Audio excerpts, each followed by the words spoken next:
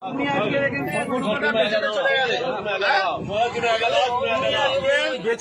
গেলে মালগুলো বেচে চলে গেলে আমাদের মুসলিম ভাইরা কিনলো, কিনে রাস্তায় খারাপ করে কাটলো, তোমরা নিয়ে চলে যাও।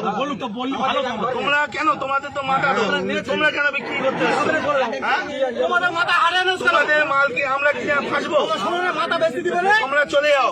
ভালো কথাই বলছি, হাট এখন বন্ধ নাই, তোমরা চলে যাও। কেউ একটা ভালো কথা বলো, এনাদের কেউ একটা কোনো কথা বলবে না, উপরে বলুক, উপরে বলতে পারো, করে খাই আমরাও করে খাই।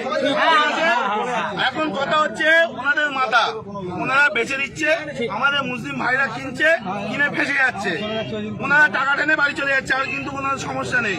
সুতরাং কেউ একটা এদের কোনো কথা বলবে না, এনারাও করে খায়। কিন্তু তোমরা মানে কাকা নিয়ে বাড়ি চলে যাও। সরকার যতক্ষণ না নির্দেশ দিচ্ছে কি হবে কেউ কোনো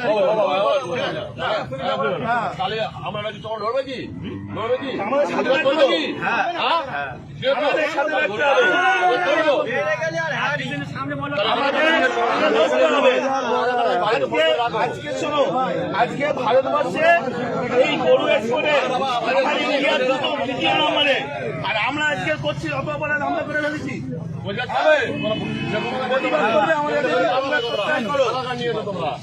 আমাদের সাথে প্রতিবাদ করলে থাকো, না হলে দেখো না। জানি না আজকে এই মাংস, গরু মাংস বাইরের দেশে এক্সপোর্ট হচ্ছে, আমাদের ইন্ডিয়া দ্বিতীয় নম্বরে। আর আজকে আমরা অপরাধ করে ফেলেছি, এর জবাব কেউ দিতে পারবে? সুতরাং টাকা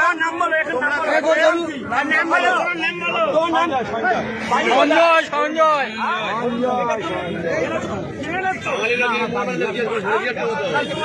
বয়স হয়েছে, এটা 14 বছর বয়স হয়েছে, তুমি এই কাজটা করলে কেন? তোমার কালকে তো ঘন্টা হচ্ছে, আমরা